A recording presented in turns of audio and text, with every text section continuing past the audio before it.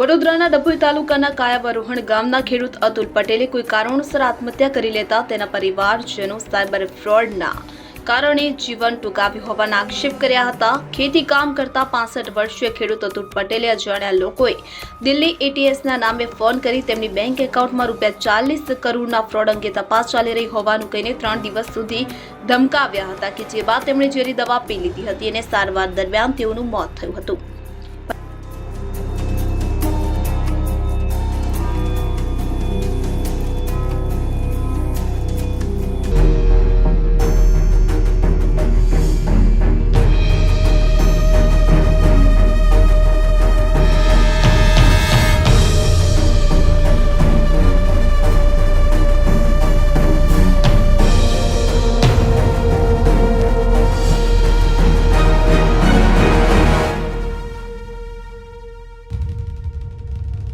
પરિવારજનો તેમના મોત માટે ડિજિટલ એરેસ્ટ જવાબદાર હોવાનું જણાવીને પોલીસમાં ફરિયાદ કરી હતી। આ ઘટના સંદર્ભે જિલ્લા પોલીસ વડા સુશીલ અગ્રવાલે પ્રાથમિક તપાસની જાણકારી આપી હતી। અને એ પોતે અનાજની ગોડાઉનની અંદર ગાર્ડ તરીકે નોકરી કરતા હતા।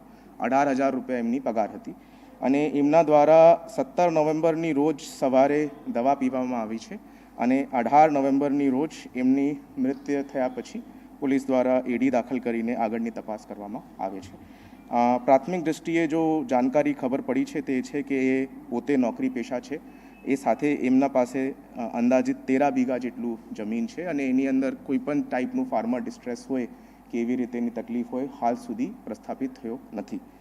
આના મરણના જો કારણ છે તે બાબતની શોધખોળ હાલ ચાલુમાં છે।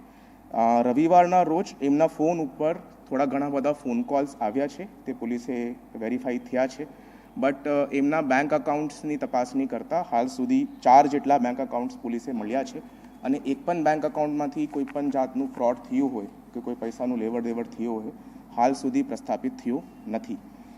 પોલીસ હાલ એની તપાસ ચાલુમાં છે અને આ જો સુસાઇડ છે તેનું કારણ ડિજિટલ અરેસ્ટથી જોડેલું છે કે નહીં તે હાલ સુધીની ઇન્વેસ્ટિગેશનમાં સામે આવ્યું નથી, but we are still verifying. We have found 4 bank accounts, चारों 4 बैंक अकाउंट्स की हमने पासबुक भी अपडेट करवाई है बैंक में जाके, but till now no such fraud transactions या even demand for money has been made, ऐसा प्रस्थापित नहीं। રાણા ડભોઈ તાલુકાના કાયાવરોણ ગામના ખેડૂત અતુલ પટેલે કોઈ કારણોસર આત્મહત્યા કરી લેતા તેઓના પરિવારજનો સાયબર ફ્રોડના કારણે જીવન ટૂંકાવ્યું હોવાના આક્ષેપ કર્યા હતા। ખેતી કામ કરતા 65 વર્ષીય ખેડૂત અતુલ પટેલે અજાણ્યા લોકોએ દિલ્હી એટીએસના નામે ફોન કરી તેમની બેંક એકાઉન્ટમાં ₹40 કરોડના ફ્રોડ અંગે તપાસ ચાલી રહી હોવાનું કહીને 3 દિવસ સુધી ધમકાવ્યા, જે બાદ તેમણે ઝેરી દવા પી લીધી હતી અને સારવાર દરમિયાન મોત થયું।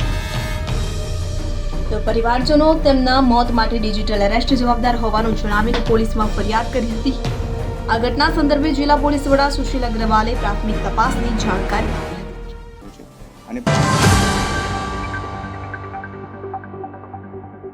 આવા રસપ્રદ સમાચાર જોવા માટે અમારી YouTube ચેનલને શેર, લાઇક અને સબસ્ક્રાઇબ કરો।